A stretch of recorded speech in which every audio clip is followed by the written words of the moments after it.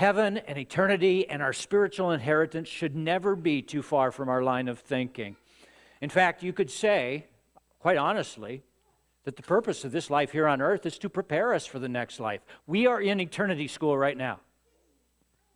And the values that we are learning, the values that Christ is trying to teach each of us, are the same values we'll be living by in eternity, in heaven. And there will be a final exam. And one of the areas that reveals the values that you and I live by is money. True Christians who keep their eyes on their spiritual inheritance will see this life differently and will handle money differently than those who don't, who never think about heaven. And let me illustrate that with another cool little thing that I learned this in a youth group. You've probably seen this before, but it's awesome. Let's say that this represents your life. And there are three things that you can put in your life represented by these things here.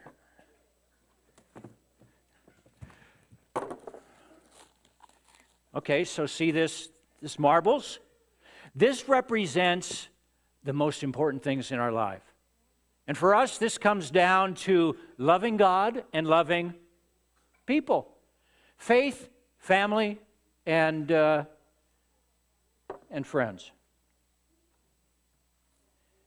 We got another jar here that's filled with beads. You know what this represents? This represents all the necessary things in life. Not the most important things like this jar, but the necessary things in life. Like what? Food, rather necessary. You're after that pie, aren't you? You're lobbying me, I can tell. Food, what else? Necessary things in life. Got to have them.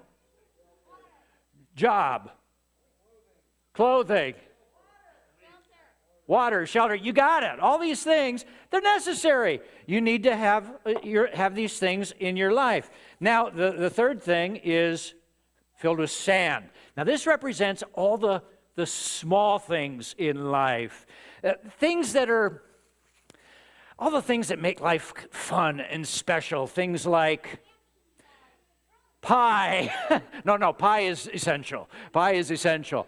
You know, things like playing, and Janice and I this afternoon, because it's in the 70s, you who are in Minnesota, we're going to go kayaking this afternoon. That's, it's a small thing, but it makes life rich. Things like play, like TV, like watching Hamilton, that's what the sand represents. Now, here's the deal.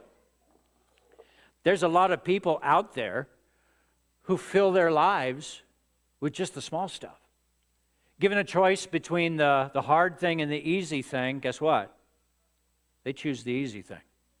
Given a choice between work and play, guess what? They choose play.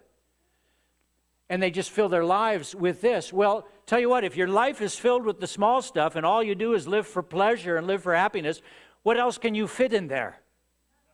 Nothing at all.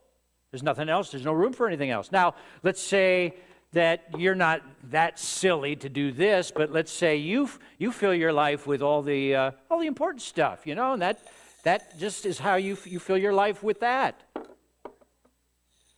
Because you're smart, and so you think about, I need money, and I need a nice house, and I want to fill my house, and work, and school, and that's what you fill your life in. You're going to end up probably better off than this person, and you'll have room for a little bit of this stuff, won't you? But guess what? What else will you be able to get in there if that's all you live for? And the thing is, I've noticed this with people.